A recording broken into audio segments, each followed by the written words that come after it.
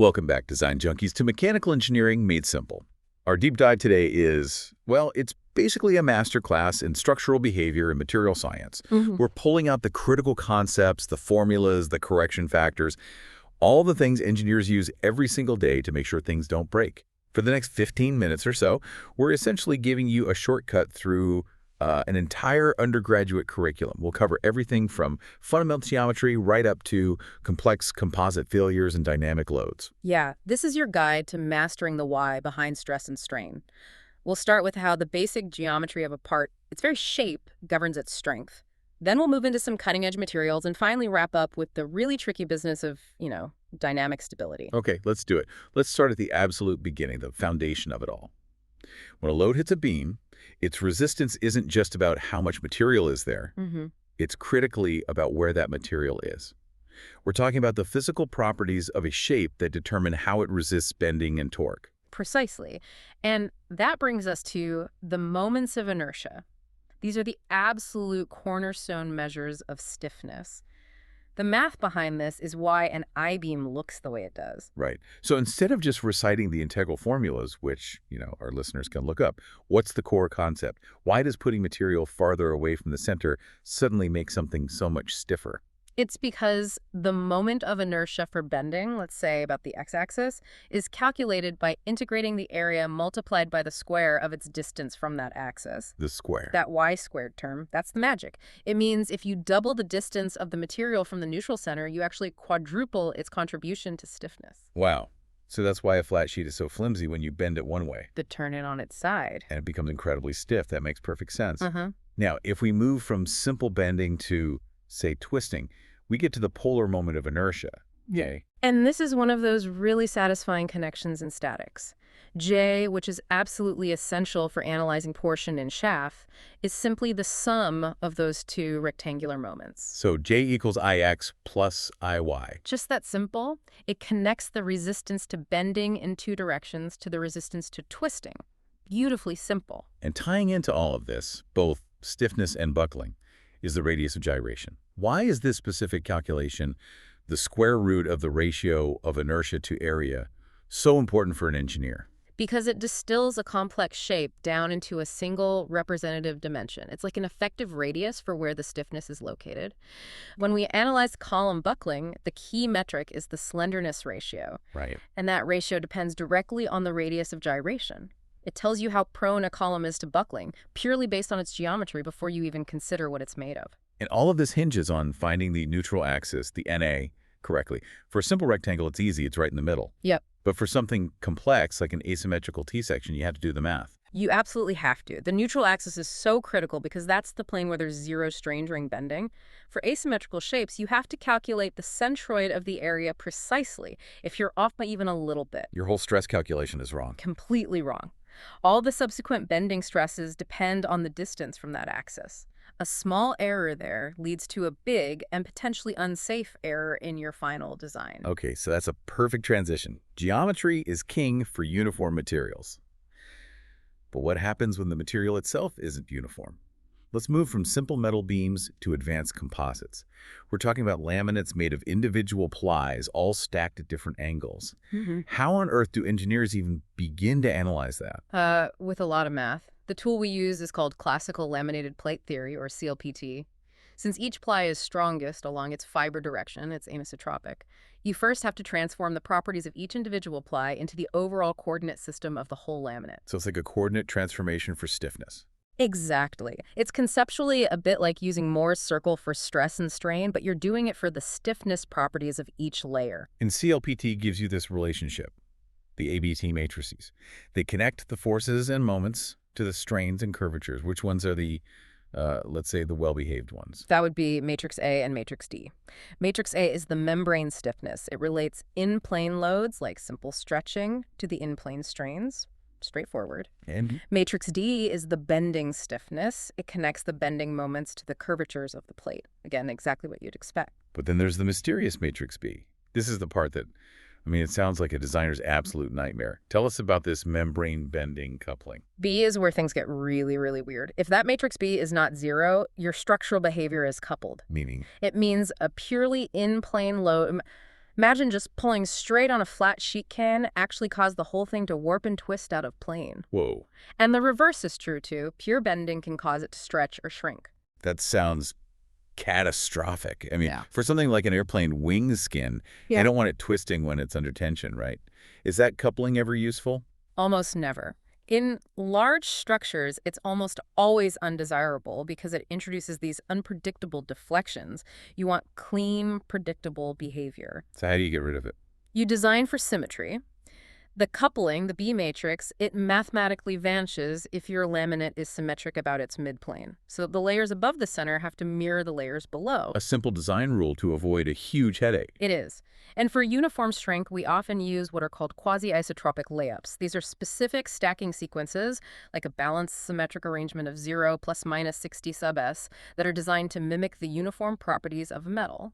The stiffness is the same no matter which way you pull on it. From total complexity back to engineered simplicity. I love it. Okay, next up, pressure vessels and pipes. These figures of revolution are everywhere. The analysis starts by classifying them, right? Thin versus thick. That's the first step. The rule of thumb is if the radius to thickness ratio, R over T, is more than about 10, you can treat it as a thin shell.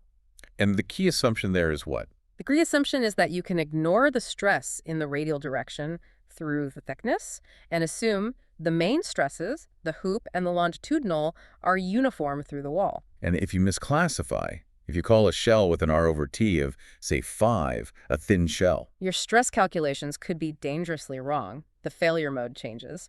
For thick shells, that radial stress is significant, and you need more complex equations to figure out the stress gradient across the thickness. They fail differently.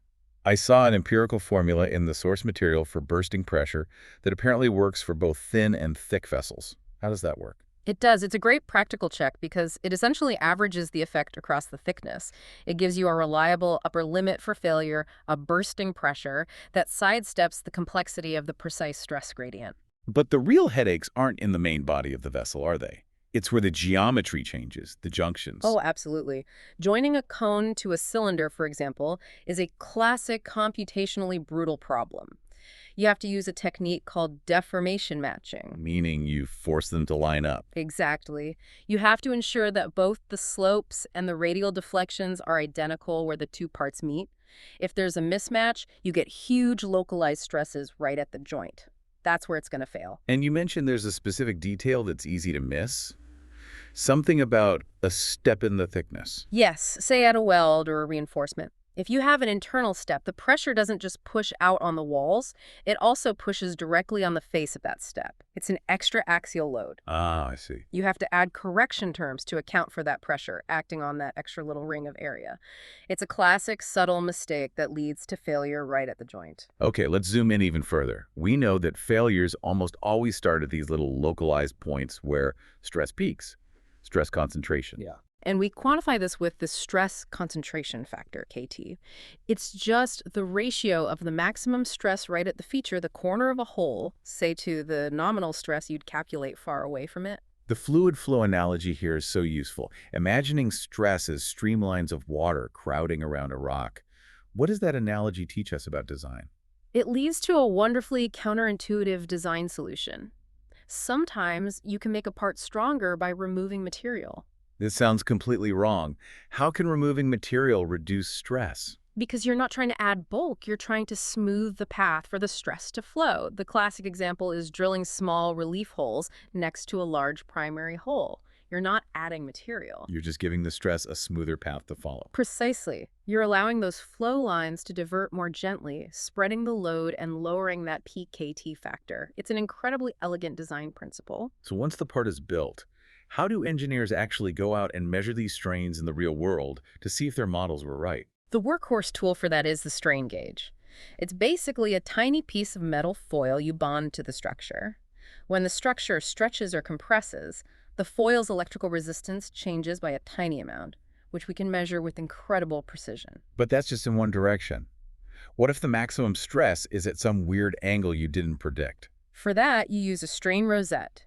It's a set of 3 strain gauges, all arranged on one backing, usually at 0, 45, and 90 degrees. By taking those 3 measurements, You get enough data to solve for the whole picture. you get the full state of strain at that point. You can find the principal strains, their magnitude, and their direction, even if they aren't aligned with the part's main axis. And what if you want a full map, not just a point measurement? That's where photoelasticity comes in. It's a beautiful experimental method. You build a model out of a special plastic, load it up, and view it under polarized light. The stress patterns appear as these colorful fringes. It gives you a complete visual map of where the stress is high and where it's low. We've talked about yielding, but there's another failure mode that can happen long before the material itself gives up, especially in slender parts. Elastic stability, buckling. Buckling is a failure of the structure, not the material. The theoretical critical load, the Euler load for a column, it assumes a perfectly straight ideal member. Which never exists in the real world. Never.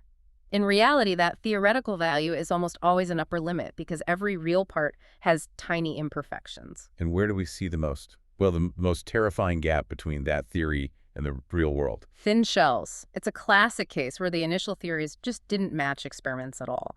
For thin-walled tubes under axial compression, tests consistently show that the actual buckling strength is often only 40 to 60% of what the theory predicts. 40 to 60%. Yeah. That is a massive difference. Why are thin shells so much more sensitive to these little imperfections? Because they have very little geometric stiffness to resist them. Any tiny dimple or deviation from a perfect circle creates a leverage point for the load to cause a collapse. It's a geometric nonlinearity that the simple theory doesn't capture. So you have to use a big safety factor. A huge one. Conservative design approximations are mandatory. You have to significantly derate the theoretical strength to be safe. All right, let's shift gears to dynamic loading. A sudden impact. The rule of thumb everyone hears is that a sudden load causes twice the stress of a static load. Is that actually true? It's a good conservative and therefore safe assumption for design, but no, it's not precisely true. Okay. The analysis shows the actual factor is usually less than 2.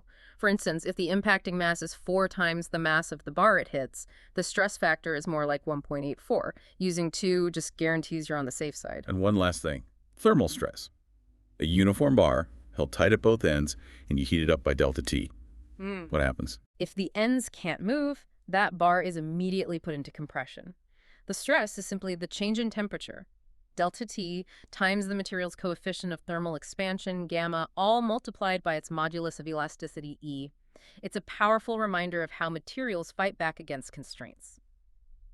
So today we've really covered the whole life cycle of mechanical design. We started with the geometric constants like moments of inertia, managed material complexity with CLPT, we analyzed stress at critical junctions, and we finished by ensuring stability under both dynamic and static loads. That was a deep and, I think, essential dive.